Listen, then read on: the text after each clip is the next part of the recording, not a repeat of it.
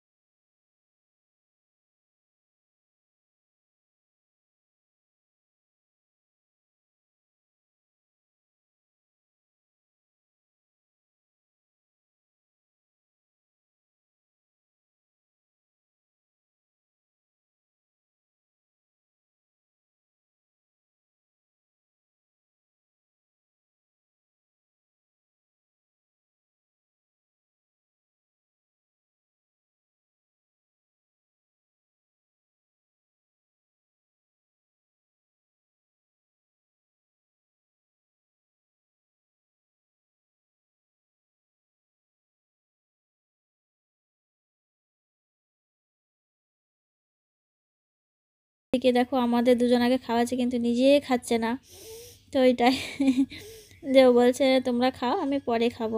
আমি বলছি না তুমিও দেখতে পাচ্ছ এই কালীনারায়ণ স্টেশন এখানে বসে আছি আর ট্রেন আসবে। কটা থেকে ট্রেনে আসবে? 10 মিনিট। কটা বাজে এখন? বাজে 11:32। তো এখন আধ ঘন্টা মতো এখানে বসে থাকতে হবে। আর ওইদিকে দেখো ব্যাগেতে রিক বসে আছে আর খিদে পেয়েছিল দেখতে পেলে লুচি খেয়ে নিলাম। আর তবু সকালে যেহেতু অনেকটাই আগে বেরিয়েছি সকালে সেইভাবে আর খেতে ইচ্ছে করলো না। সকালে চা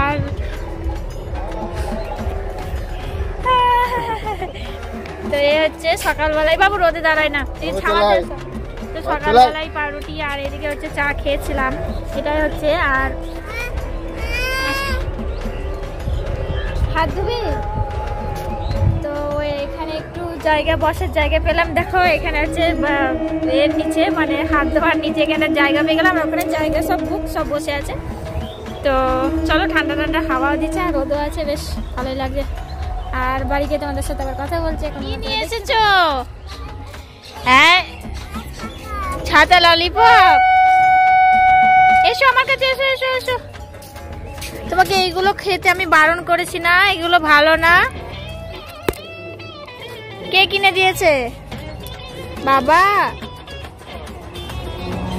কই দেখি আমব্রেলা, এটা আমব্রেলা। আর ওটা কি?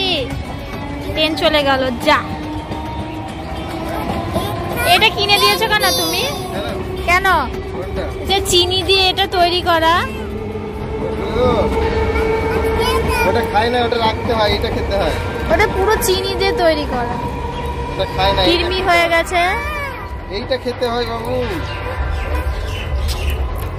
এটা খেতে হয় বাবু, আর ওইটা রাখতে হয়। ওটা খায় না বাবু, আমব্রেলাটা খা, ওটা রেখে দাও, ওটা বাড়ি গিয়ে খাবি।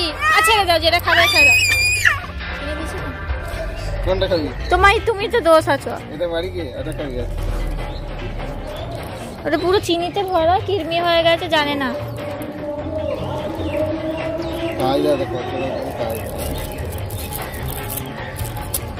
ওটা দিয়ে দে, আমি খেয়ে নি। নিবি?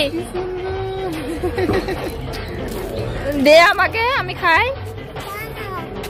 কেন মানে? তুমি ফেলে দাও, আমাকে প্লাস্টিক দিতে এসছে। দেখো চকলেটটাকে কিছু বাঁধা যায়, এটা তার আছে। পুরো ধুলো বালি এখানে খাচ্ছ, হ্যাঁ?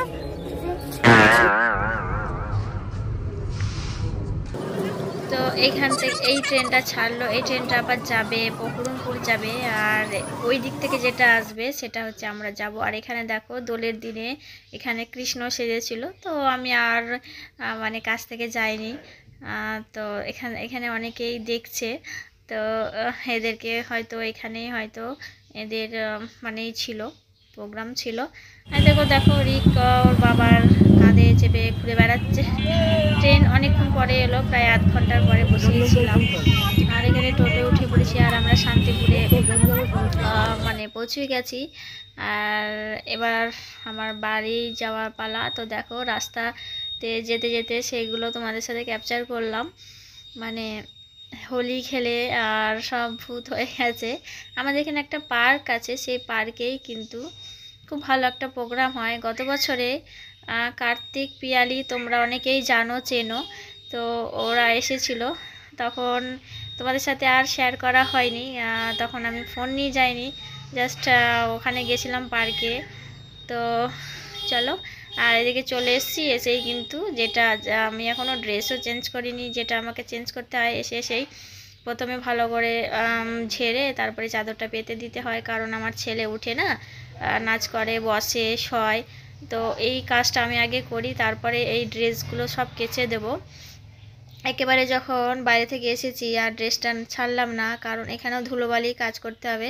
ভাবলাম চলো এই কাজটা করেই নেব, তারপরে একদম স্নান করে নেব, তাহলে আমার সব দিকে ভালো হবে। ধুলোবালি আর স্নান করার পরে না আবার সেই বিছনা ঝাড়ুই করো এই ধুলোবালিতে, যেহেতু রেগুলার যদি এটা মানে ব্যবহার করা হতো তাহলে ঠিক ছিল, আর কতদিন পরে আসা হয়, সেই জন্য আমি কিন্তু আগে এই কাজটা করে নিই, তারপরে স্নান করে নিই, তাহলে আর এক্সট্রা ধুলোটা গায়ে লাগে না।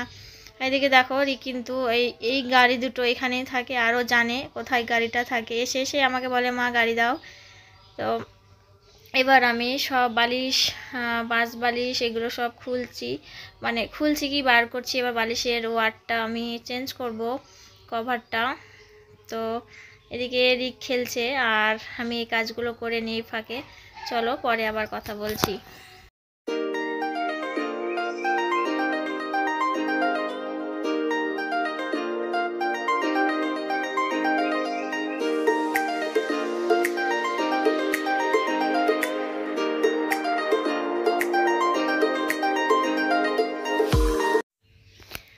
আর আরও ভিডিও আমার কাছে রয়েছে, তো এটা ভাবলাম পার্ট 1 করবো, আর পার্ট 2 পরে তোমাদেরকে পরের দিন দেব। তো মানে বহরমপুর থেকে রানাঘাট, তারপর শান্তিপুর, তো একটা ভিডিওতে দিলে অনেক হয়ে যাবে, এর পরের ভিডিওগুলো দেব।